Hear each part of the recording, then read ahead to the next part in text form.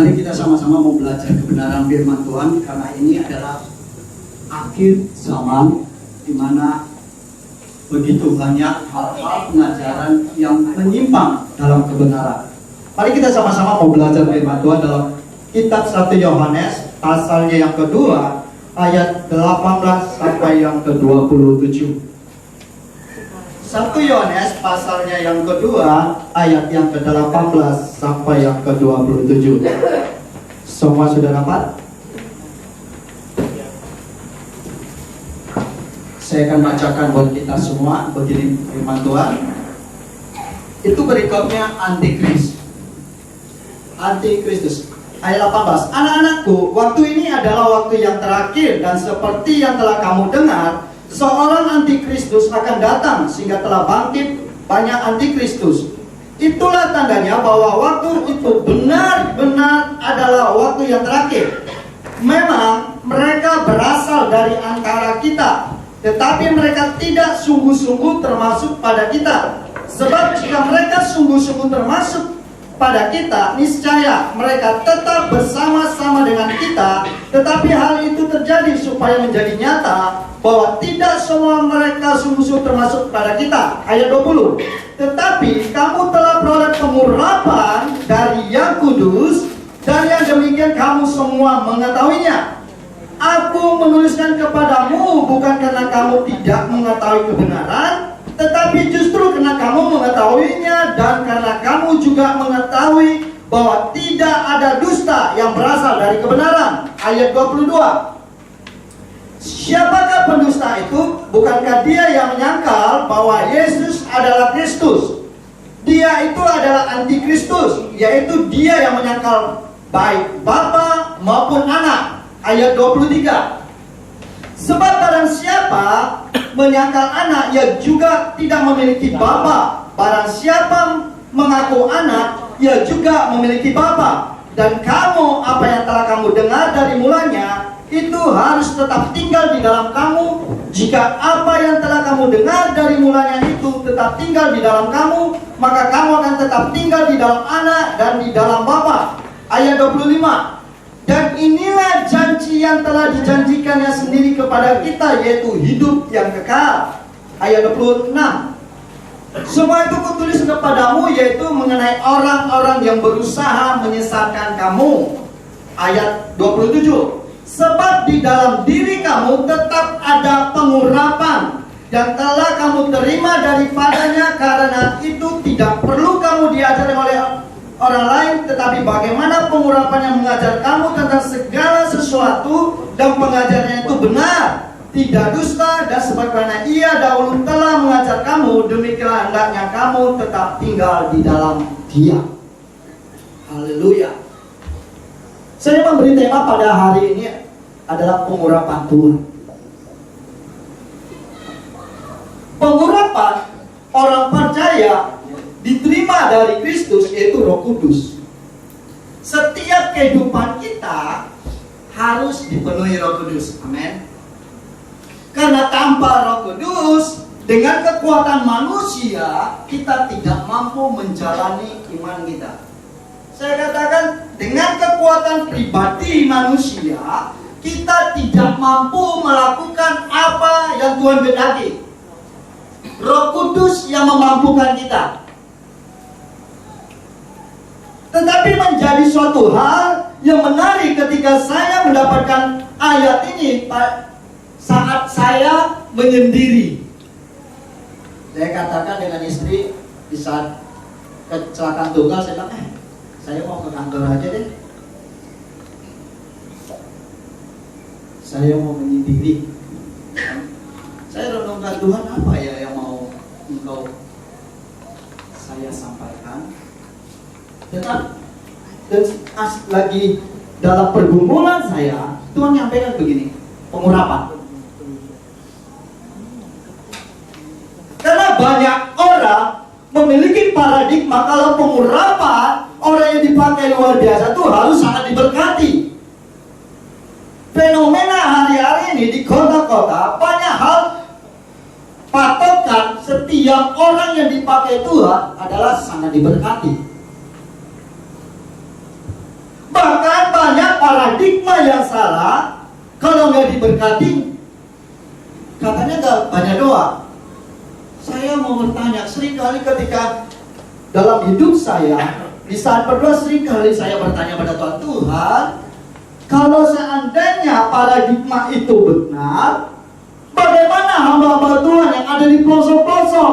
Gak benar dong. Makanya ketika dia di dalam setiap hidup kita, maka Tuhan kasih kebenaran. Kenapa? Makanya di ayat yang ke-18, 19 itu menekankan bagaimana setiap hidup kita harus di dalam kebenaran. Kalau kita mencintai kebenaran, maka kita senantiasa membaca firman. Amin. Dan ketika kita membaca firman Tuhan, maka di saat-saat tertentu Roh Kudus bisa ingatkan pada setiap hidup kita ketika kita menghadapi sesuatu hal ataupun suatu pengajaran yang bertolak belakang dengan kebenaran. Yang menjadi sering kendala dalam kehidupan kekristenan adalah bagaimana hidupnya, apakah cinta firman Tuhan atau enggak, atau hanya sekedar dengar firman Tuhan pada hari Minggu, Senin sampai Sabtu dilupakan. Bagaimana kita senantiasa mengerti kebenaran? Bagaimana kita mengetahui lebih banyak kebenaran kalau kita sendiri tidak mencintai kebenaran itu? Karena di akhir zaman ini begitu banyak pengajaran-pengajaran yang senantiasa melenceng dari kebenaran. Ini akhir zaman. Kalau kita tidak mempersiapkan diri kita masing-masing, saya katakan tentang keselamatan itu adalah individu, tidak ada boncengan.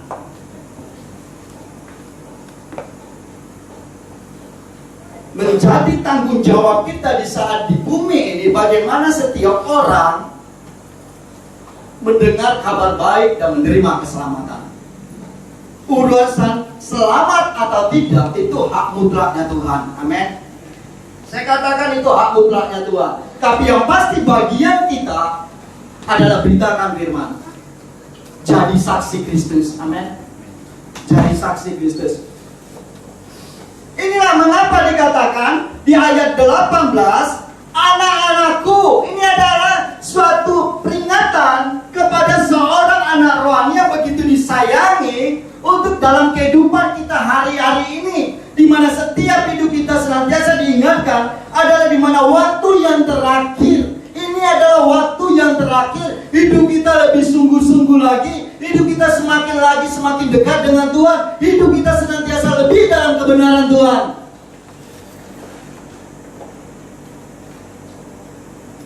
Amin. Saya katakan kita semuanya dikaruniai talenta yang luar biasa. Mungkin karunia dan talenta yang Bapak Ibu miliki belum tentu ada pada saya. Tapi yang pasti, bagaimana hidup kita melakukan apa yang Tuhan percayakan dalam hidup kita, dan Tuhan bertambah-tambahkan.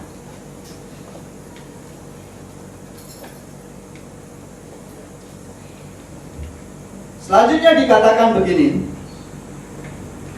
Kalau zaman Musa, itu pengurapan itu dibikin dari rempah-rempah yang berkualitas. Kalau dibawa dalam konteks rohani, dalam kehidupan kita harus mempersembahkan kualitas yang terbaik dalam hidup kita. Yang terbaik bukan setengah hati, tapi adalah segenap hati.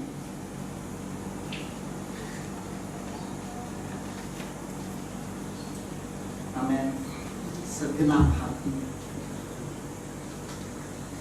Makanya dikatakan kalau dalam kita baca dalam kitab Keluaran pasal 30 ayat 22 sampai 33, minyak urapan pada masa Musa atau hukum Taurat itu dibuat dengan takaran ukuran yang langsung dari Tuhan. Jadi kalau kita bawa dalam konteks rohani, ukuran kedewasaan iman seseorang itu adalah kebenaran firman Tuhan. Bukan begitu banyak jam terbang kita melayani Tuhan, tapi bagaimana hidup kita menjadi terang, menjadi saksi, menjadi berkat, menjadi pelaku firman Tuhan. Amin. Amin. Sama seperti minggu lalu Pak Roli juga ingatkan ini. Kalau masih ada ingat khotbah minggu lalu, di mana hidup kita harus dituntun oleh Roh. Dalam kitab Roma, hidup kita harus dituntun oleh Roh. Supaya apa? Supaya hidup kita senantiasa dalam kontrolnya Tuhan, dalam relnya Tuhan. Selanjutnya, kalau kita perhatikan dalam kitab Keluaran, nanti ini baca di rumah. Keluaran pasal yang ke-30, kalau minyak urapan pada zaman Musa itu terbuat dari rempah-rempah spesial yang dikerjakan oleh ahli-ahli yang diberi hikmat oleh Tuhan. Berarti artinya pilihan Tuhan. Dan kita bawa konteks rohani hari-hari ini, kita semua adalah orang-orang pilihan Tuhan. Dan kita punya hak, dan kita punya suatu anugerah menikmati pengurapan itu.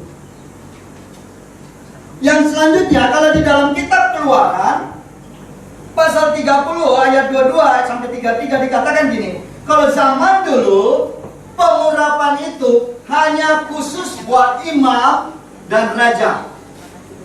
Buat orang umum itu tidak bisa. Tapi pada zaman kasih anugerah ini, kita adalah imam dan raja. Amin. Ini kita harus tahu status kita hari-hari ini. Kalau kita nggak menyadari status kita, kita ini sebagai apa? Sebagai imam. Suami adalah imam di tengah-tengah keluarga. Jadilah berfungsi dalam keluarga, membawa seisi keluarga, hidup takut akan Tuhan. Amin. Hai bapak-bapak, hai laki-laki, hai suami-suami, jadilah imam. Jadilah imam. Amin. Amin. Amin. Amin. Amin. Karena kita tahu tempat-tempat ibadah gereja itu dipenuhi dengan kaum wanita. Pertanyaan dalam hidup kita, kemana bapak-bapak? Kemana bapak-bapak? Makanya saya renungkan ketika di ayat-ayat terakhir perjanjian lama itu ada kata Tuhan sedang memulihkan hati bapak. Tuhan memulihkan hati bapak. Kenapa? Karena tidak berfungsi sebagai imam dalam keluarga.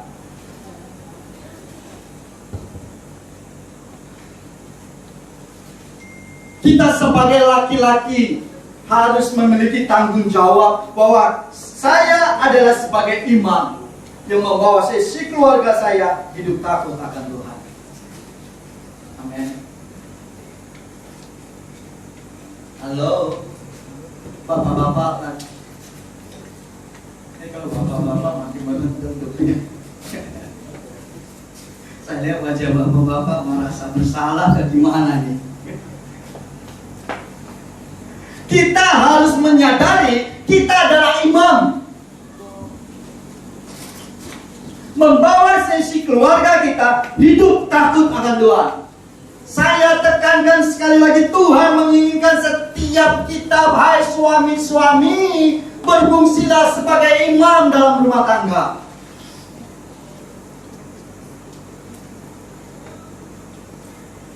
Kalau apa yang terjadi tidak sesuai dengan keinginan kita, kita sebagai suami, yuk belajar introspeksi diri. Apakah kita sudah berfungsi sebagai imam? Amin. Haleluya. Haleluya. Haleluya. Udah Pak, kali ini suami-suami pada tidur. Nih, senyum-senyum manis. Wah, hari ini khusus buat suami.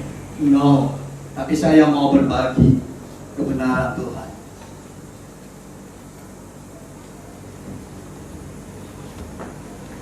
Kalau zaman Musa, minyak urapan itu tidak boleh dioplos atau digandakan. Karena dalam kitab Keluaran pasal 30 ayat 32 sampai 33, barang siapa orang umum yang membuat meracik sama seperti apa yang Tuhan telah tentukan, maka hukumannya adalah mati. Artinya, minyak urapan itu dikhususkan Tuhan dalam setiap hidup kita, orang-orang yang punya hak dipilih. Kita adalah orang-orang pilihan. Tapi menjadi pertanyaan dalam hidup kita, apakah saya ini masuk orang yang terpilih? Banyak dipanggil, sedikit yang dipilih. Banyak dipanggil, sedikit yang dipilih. Kalau seandainya sesuai dengan identitas KTP di Indonesia ini, saya yakin dapatnya kalau identitas banyak Kristen di KTP, gereja itu nggak akan sepi. Tapi menjadi persoalannya banyak gereja sepi karena Kristennya di KTP. Seandainya Tuhan datang kedua kali, yang naik KTP orangnya tinggal, gitu kan? Karena yang statusnya di KTP. Tapi status kehidupannya, realnya dalam hidup pribadinya nggak menggambarkan Kristus. Inilah pengurapan itu. Saya ingin bagikan mengapa kita harus diurapi. Yang pertama, firman Tuhan katakan sebagai materai tanda kepunyaan Tuhan. Dalam 2 Korintus pasal yang ke-1 ayat 21 sampai 22, saya bisa minta tolong ditampilkan. Ini ayat yang luar biasa. Ini di saat tidur saya disertakan dengan ayat ini. Saya menarik sekali. 2 Korintus pasal 1 ayat 21 sampai 22. Sudah? 2 Korintus.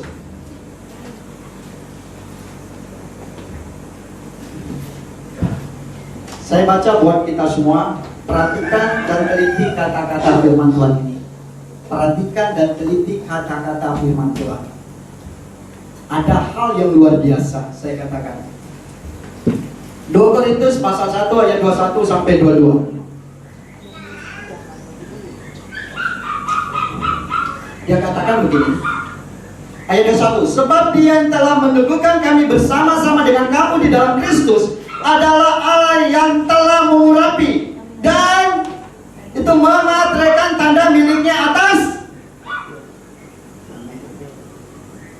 Haleluya. Sama halnya ketika zaman Yeskiel, ketika Yeskiel melihat sesuatu penglihatan, ada suatu pernyataan Tuhan yang luar biasa, dikatakan dalam kitab Yeskiel pasal 9 ayat 4 sampai 6, di mana setiap orang, baik anak-anak, orang dewasa maupun orang tua, harus dikasih tanda huruf T. Matrekan. Setiap orang yang memiliki tanda D tidak akan mengalami penghukuman. Kita telah dimateraikan oleh Roh, oleh darah Kristus yang telah tercurah di atas kayu batu. Dan hidup kita bukan milik kita lagi, tapi miliknya Tuhan. Karena kita telah dibayar lunas. Jadi hidup kita ini adalah sebagai hak pakai, bukan hak milik. Karena pada saatnya, pada waktunya, di mana Tuhan datang kedua kali, kita akan mempertanggungjawabkan setiap apa yang kita lakukan di bumi ini selama kita hidup. Seperti tadi lagu, pergunakan hidup kita ini, masa-masa ini, karena kita tidak tahu kapan waktunya kita dipanggil Tuhan. Mungkin saja kita bisa berkata, Pak, saya sehat. Toh banyak orang sehat, hari ini masih kita ketemu, entar sore sudah dipanggil Tuhan. Bahkan banyak anak-anak muda berkata, saya ini masih muda, orang tua pasti duluan panggil. Salah. Anak saya masih kecil juga duluan dipanggil Tuhan daripada saya. Artinya usia tidak menjamin, tidak menentukan kita duluan atau tidak dipanggil Tuhan. Tetapi saat ini kondisi kita adalah anti menunggu waktunya Tuhan. Urutan keberapa kita dipanggil Tuhan? Jadi selama kita diberi kesempatan waktu yang ada ini, hidup di dunia ini, pergunakanlah waktu ini untuk hidup dalam kebenaran. Amin.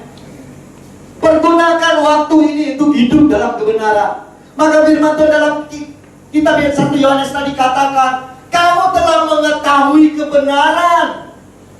Kita semua di tempat ini telah mengetahui kebenaran, bahkan telah banyak mendengar kebenaran. Pertanyaan dalam hidup kita, berapa banyak kita menjadi pelaku kebenaran itu? Haleluya. Ini yang Tuhan mau.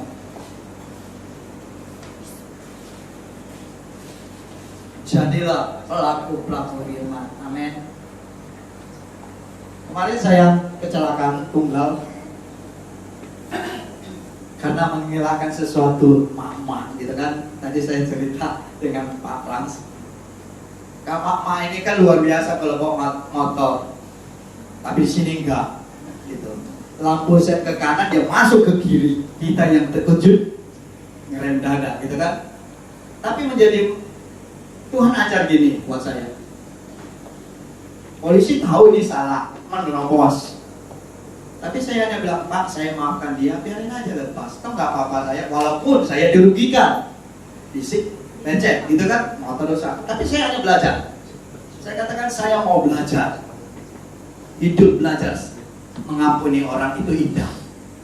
Amin. Banyak hal Tuhan bawa hidup saya itu mengajar. Diajar untuk mengampuni. Ini ada istri saya. Selama 22 bulan saya tidak pernah digaji oleh perusahaan. Dengan hanya alasan, tapi saya katakan saya ampuni. Toh Tuhan pelihara toh, saya bilang sama istri. Bahkan hubungan saya dengan orang-orang yang menjati saya bahkan melebihi seperti keluarga sekarang. Kenapa? Indahnya mengampuni. Amin. Belajar mengampuni. Kenapa? Inilah hidup kita. Menggunakan waktu yang ada, bagaimana kita menjadi berkat buat banyak orang, menjadi saksi, menjadi terang. Orang bisa melihat Kristus dalam hidup kita itu dari gaya hidup kita, dari setiap perbuatan hidup kita, perkataan kita. Kalau di hari Minggu seperti Pak Oli minggu kemarin katakan, semuanya menjadi baik. Semuanya baik-baik, tapi menentukan kalau orang ingin menilai seseorang, kekristenan orang itu dilihat sebenarnya. Amin. Ini apakah masih ingat khotbah minggu lalu? Gak tahu nih. Saya sama seperti Bapak Ibu, duduk manis bahkan diganggu anak lagi, kan gitu. Tapi saya mau mencintai firman, belajar mencintai firman. Dengar baik-baik, renungkan, dan teliti dengan baik. Kalau kita mau, semuanya pasti bisa. Dimulai dari kita, mau nggak mencintai firman itu. Selanjutnya, dikatakan, Mengapa kita harus mengalami pengurapan Tuhan? Di ayat yang selanjutnya dikatakan dalam 2 Korintus pasal 1 tadi masih, di ayat yang ke-21 dikatakan untuk memperoleh jaminan dari Tuhan. Memperoleh jaminan dari Tuhan. Ini ayat jam 2 lagi tidur disentakkan, saya ingat ayat ini. Saya menyendiri, saya suka kalau mau ada sesuatu hal, saya suka menyendiri. Saya bilang, saya ke kantor ya, pagi baru pulang. Kenapa? Karena di kantor ada anak-anak doa. Khusus, ada tempat khusus. Saya mau naik, lagi mau tidur. Karena di kantor saya itu spesial, ada tempat tidur. Agak nyaman gitu ya. Ya, di ayat ini dikatakan gini. Selanjutnya saya bacakan di atas kita dan yang memberikan Roh Kudus di dalam hati kita sebagai jaminan dari semua yang telah disediakan. Amin. Artinya orang-orang yang mengalami pengurapan Tuhan itu setelah dimateraikan mengalami jaminan Tuhan. Jaminan yang pertama dalam kehidupan kita adalah kita diakui sebagai anak. Sama halnya ketika Yesus dibaptis, keluar dari air, maka turun Roh Kudus seperti burung merpati, bukan burung merpati. Kadang-kadang guru sekolah minggu saya pernah dengar di suatu tempat, maka turunlah burung merpati. Saya bilang, agak keliru. Roh Kudus menyerupai seperti burung merpati. Itu kalau kita baca kitab Lukas itu ditegaskan. Saya katakan kalau kitab Lukas menulis seperti gini. Yuk kita buka Injil Lukas pasal 3 ayat 21-22. Ini ada penekanan yang luar biasa. Di saat ada pengakuan, itu jaminan sebagai anak. Maka apa yang dimiliki Bapa juga dimiliki oleh anak. Kita menjadi ahli waris. Ya, ini ketika seluruh orang banyak itu telah dibaptis, dan ketika Yesus juga dibaptis dan sedang berdoa, terbukalah langit dan turunlah Roh Kudus dalam rupa burung-burung merpati. Artinya bukan burung merpati ya Bapak Ibu. Jangan keliru nanti kalau dengar ada anak kita diajar di sekolah minggu, maka turunlah burung merpati, sedikit keliru. Roh Kudus. Amen. Saya lupa apakah saya waktu di Entikong atau di Bangka. Saya ketika lagi mau khotbah, pertama mereka ibadah sekolah minggu. Saya kan orangnya senang kali lihat anak-anak lucu-lucunya kalau sekolah minggu kan, duduk di belakang. Mendengarkan khotbah buat anak-anak, kalau kita mengajar yang salah dari fondasi, maka nanti itu akan salah sampai atas. Itu bahaya. Makanya dikatakan, ditekankan di sini adalah turunlah Roh Kudus. Nggak tahu Bapak Ibu pernah dengar waktu masa kecil atau tidak, ketika guru sekolah minggu mengajarkan, ketika Tuhan Yesus dibaptis maka turunlah burung merpati. Waduh. Inilah yang saya katakan, tanpa disadari, banyak beredar dalam kehidupan kekristenan mengajarkan hal-hal yang keliru, yang tidak sesuai dengan kebenaran firman.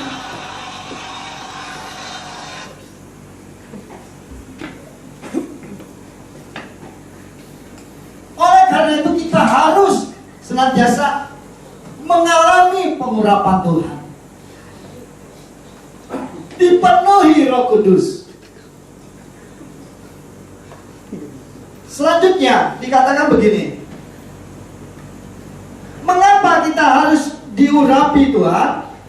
Yang ketiga, memperoleh kuasa untuk menjadi saksi Kristus.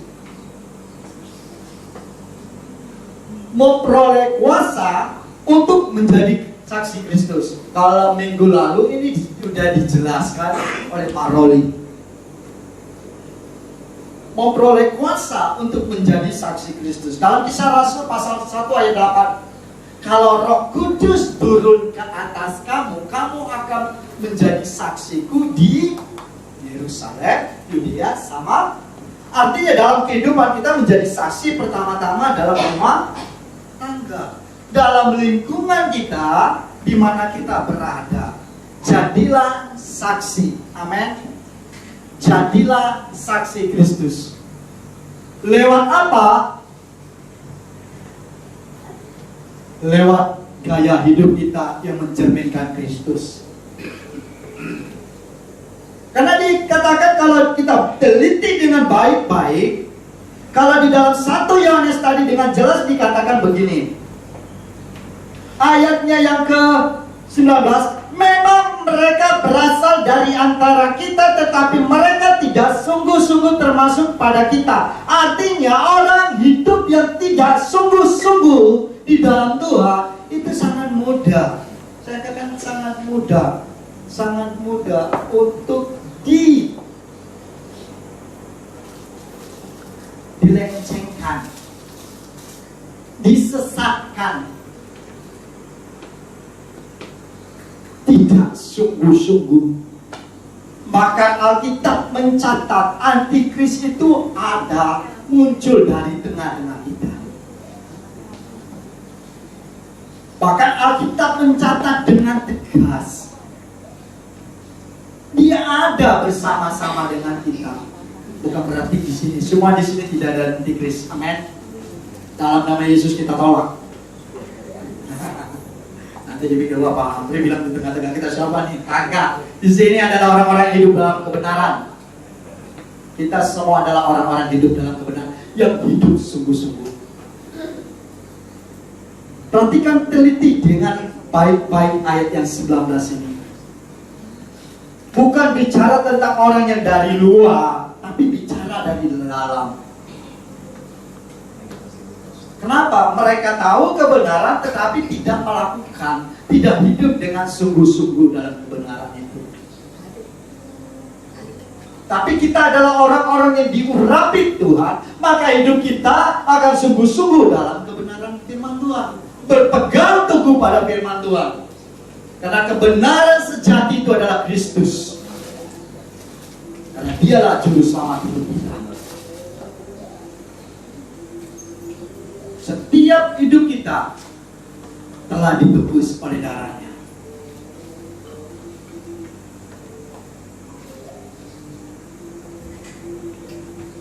Kalau kita lihat berita baru ini, ada suatu dusun karena takut mau akhir zaman pindah.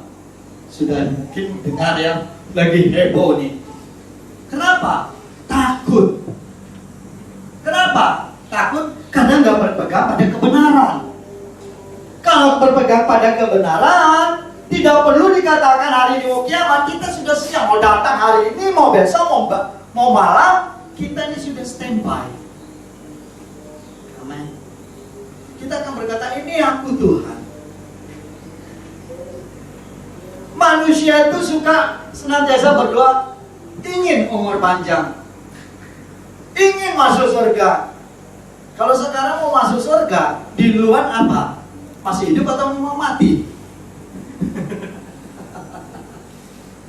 Ya kan, sebelum Tuhan datang kedua kali, kita ini harus gimana?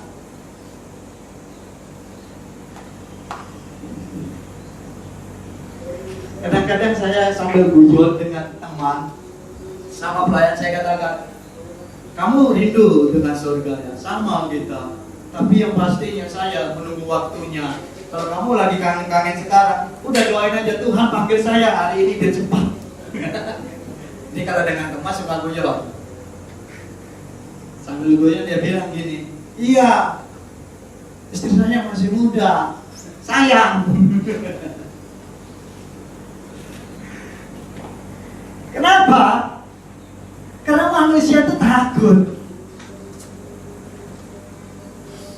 Takut. Makanya Makanya Tuhan tahu, makanya dia beri power untuk keberanian, kemampuan dalam hidup kita menjadi saksi. Seringkali yang menjadi kendala dalam kehidupan kekristenan untuk menjadi saksi adalah senantiasa punya image, mereka terima saya atau enggak. Kedua, mereka diselamatkan atau enggak, sehingga tidak melakukan bagiannya. Bagian kita adalah pergi, jadikanlah segala bangsa. Jadi murid, pergi. Artinya bagian kita soal itu adalah ajar kebenaran, beritakan firman, jadikan mereka murid. Itu bagian kita. Bagian, bukan bagian Pak Frans saja, tapi bagian kita semua orang percaya. Saya katakan hari-hari ini kita harus senantiasa menjadi saksi. Amin. Sesuai dengan karunia dan talenta yang Tuhan percayakan dalam hidup kita masing-masing. Semuanya punya talenta. Di tempat ini Tuhan percayakan luar biasa. Saya aja tidak bisa nyanyi seperti Nona gitu kan, suaranya bagus. Saya nggak bisa main gitar seperti Jimmy. Asik, enjoy kalau dilihat. Saya senang banget kalau dibawa melihat Jimmy itu sambil reaksi gitu loh, melihat semua pemain musik. Saya sudah sekolah musik nggak bisa-bisa Pak Frans. Mungkin gak karunia, gak talenta. Kadang-kadang sampai saya dengan Tuhan sering kayak guyon dengan Tuhan, kepengen seperti mereka, tapi kagak bisa Tuhan. 2 tahun sekolah di Prostonia gak bisa-bisa. Bahkan seorang dosen ngomong gini, udah lu bukan kepercayaan itu gak usah lu belajar lagi deh gitu. Saking sudah lamanya gak bisa-bisa. Makanya bersyukurlah kalau Tuhan percayakan sesuatu hal dalam hidup kita. Pergunakanlah itu untuk jadi berkat, jadi saksi, untuk hormat kemuliaan Tuhan. Amin. Jangan sombong. Semua itu adalah anugerah Tuhan, kepercayaan Tuhan beri dalam hidup kita. Makanya yang selanjutnya dikatakan pengurapan itu turun dalam hidup kita. Mengapa kita diurapan? Supaya karakter kita berubah menjadi sama seperti Kristus.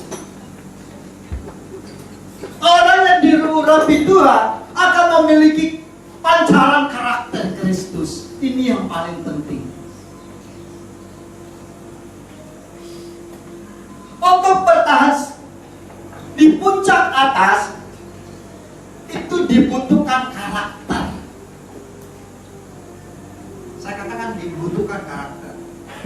Sampai sekarang aja saya sendiri seringkali berdoa buat mentor saya, dan juga seringkali meminta nasihat. Saya hanya bilang ini, saya di mana kurang saya, karakter saya. Kekurangan saya ini kalau mentor saya tahu, orangnya sedikit gegabah, gak sabaran, mau cepat, papal satu langkah harus sesuai dengan rencana. Tas jadi. Maka mentor saya seringkali bilang, dengan Tuhan gak gaya itu, bukan rancanganmu yang jadi, rancangan Tuhan. Kita kan manusia kan seringkali seperti itu, sama seperti yang saya alami.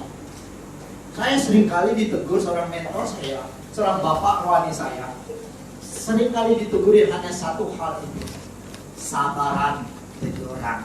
Makanya seringkali yang saya alami itu menguji kesabaran saya, karena saya orangnya kurang sabar. Kalau bapak ibu sering pemarah, berdoalah supaya bagaimana Tuhan bentuk mempertemukan orang-orang untuk menguji kesabaran.